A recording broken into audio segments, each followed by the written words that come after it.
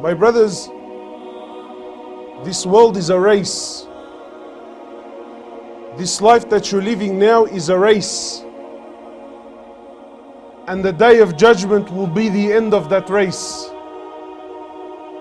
And on that day, my brothers, you see, there are many names for the day of judgment. And one of the names for the day of judgment is the day of regret. Because it is on that day, my brothers, where people will come to see the reality of things. They will then look back at their lives and then they will start to regret. That where did I go with my life? Where did I invest my time? Where did I invest my money? Where did I invest my health? Did I put it to that which was going to be beneficial for me on that day?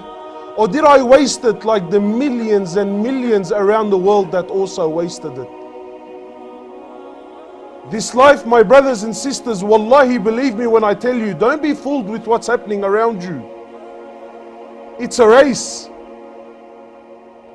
And Allah Azza wa Jal, Allah subhanahu wa ta'ala, He orders the believers and race and hasten to that which is good. Compete amongst one another. We should be competing amongst one another to that which is good and to that which is khair. Why? Because when this race is over and each person will be given his reward, there's no coming back. You see, it's not like here now in dunya, you and I, we can do an exam and maybe you didn't do very well in it. So you go back to the college or to the school or whatever the case is. Yeah, you reapply and you come back and you may sit that subject again and you could sit the exam again. But with Allah there's no such thing. My brothers, we only have one life. There's no second chance, there's no second shot. So over the last week, we've buried whatever it was, 3 or 4. One brother was 16 years of age. 16 years of age. Perfectly fine, perfectly healthy, was living his life, had hopes, dreams, ambitions. Yet Allah cut that short for him. He was days, he was days. Honestly, he was hours away from the greatest month that will ever hit your life. The greatest month of the year is the month of Ramadan. He could smell it. He was there, he was almost, you could see it with your eyes, yet Allah subhanahu wa ta'ala cut his life short and took him away. Another brother was 26 years old, father of, I can't remember, 2 or 3. Allah took him away. When is my time? Really, in truth, when is my time? My brothers, wallahi, we're living in this world like I have a long time. Brother, you have nothing. Your asl is death. Allah subhanahu wa ta'ala, when He spoke about the creation, He says, verily we created death, then we created life. One could argue logic, brother, but surely there has to be life first, then we can talk about death. Allah says no, says we created death. Your beginning was death. Then we gave you life, and your life was only for a very short time. Iyam, ma'dudat, counted days. In fact, Allah subhanahu wa ta'ala, a very interesting conversation. Allah subhanahu wa ta'ala, He speaks to those people. Allah subhanahu wa ta'ala, in Quran, Allah subhanahu wa ta'ala speaks to those people who when they stand before Him, Allah subhanahu wa ta'ala asks, and how long did you live on dunya? How long? How long did you roam the streets for? 50 years? 60 years? Ya akhi, you lived to see 100? They said, Yawman aw ba'da yawm. Oh Allah, a day, maybe half a day at most. Don't be fooled with your... But I want to ask, how did you live this half a day of yours? How? And how will you go? Because my brothers, let me tell you something also, In Islam, there's no such thing as coincidence. This concept of coincidence, accident, this is un-Islamic. In fact, it goes against the aqeedah of a Muslim. Because as a believer, you and I both know that whatever happens to your life, whatever happens to an individual, was a decree. Allah subhanahu wa ta'ala had decreed it. And there is nothing in the world that was ever going to change it. My brothers, some of us, when we hear news, like this young boy, 16 years old. What a tragic accident. And wallahi, I'm talking about the scenario. What a tragic accident. As a believer, what was tragic about it? He died exactly where Allah destined him to be. In the way that Allah destined him to die in. Sometimes, and we hear this again. Many brothers in the area, and unfortunately this has become a common thing. Wallah, someone got shot the other night, but it was an accident. We weren't intending him. Brother, there are no accidents. That bullet that took his life had his name on it. But my question to you is, my brother, honestly, how will you go? How will you leave this dunya? In what state will you be in? You see, my brothers, because when Allah takes your life, it's not a mistake. Allah subhanahu wa ta'ala took your life at a calculated time. But the question now here for you and I is, how will I go? How many brothers have left without salah in their life? How many brothers have left with no Quran in their lives? How many? It's becoming more and more apparent.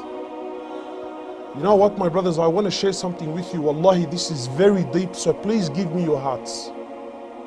One of the scholars, he's speaking and he's mentioning something that I found extremely interesting. And he poses this, so think with me. He says, Allah subhanahu wa ta'ala, the King, the Malik, the creator of the seven heavens and the earth, Allah subhanahu wa ta'ala claims that He is the greatest, yes or no? Of course, subhanahu wa ta'ala, and He is. And He claims to be the most forgiving, the most loving, the most just, yes or no? Of course, subhanahu wa ta'ala claims, and we've accepted those claims and we believe those claims. So now the scholar is asking, and please look how deep this is. So now the scholar says, well, okay, fine. If Allah subhanahu wa ta'ala, the King, the most loving, the most forgiving, the most compassionate, the most just, why does Allah, when a kafir, when a disbeliever, when a non-Muslim, whatever you like, when a kafir who denies Allah subhanahu wa ta'ala, why does Allah cast this person into hellfire for eternity? Really, if we're going to think with logic and reason, the man disbelieved in you, oh Allah, for 60 years. Let's say he died at 60. But Allah throw him in hellfire for 60 years? Fine. The punishment, his crime was so great, double his punishment, give him 120. But why are you casting him into hellfire for eternity? It's interesting, isn't it? And the opposite is true. Ya Allah, this person was a believer for 50, 60 years. He prayed, he worshipped you for 50, 60 years. Fine. Reward him with Jannah for 50, 60 years. Double it. Give him 100 years of Jannah for his 50 years of living and ibadah. But oh Allah, why are you giving him eternal Jannah? So the scholar makes an interesting point. And wallahi, for those who have hearts will understand that these words are very, very heavy. He says, because when Allah took the life of the kafir, He took it at such a moment in his life that had this person lived for eternity, he was going to always live on kufr. And when Allah took the life of the believer, He took his life at such a point in time that had this Muslim lived for eternity, he was going to always live with Iman in his heart.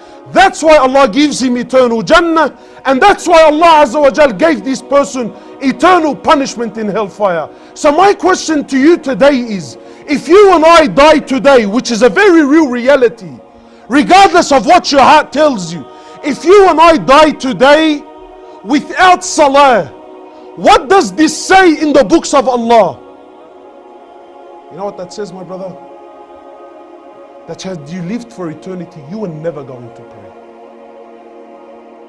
And that if you died without Quran in your life, if you and I died today without Quran in my life, you know what that means? It means you were never going to read Quran. So don't kid yourself. And wallahi, my brothers, again, we need to come back. How am I living my life? Where am I going with my life? And how will I live? And when Allah subhanahu wa ta'ala takes my soul, in what condition will it be in? What condition will it be in? Is it a soul that Allah is pleased with? Is it a soul that the angels are pleased with?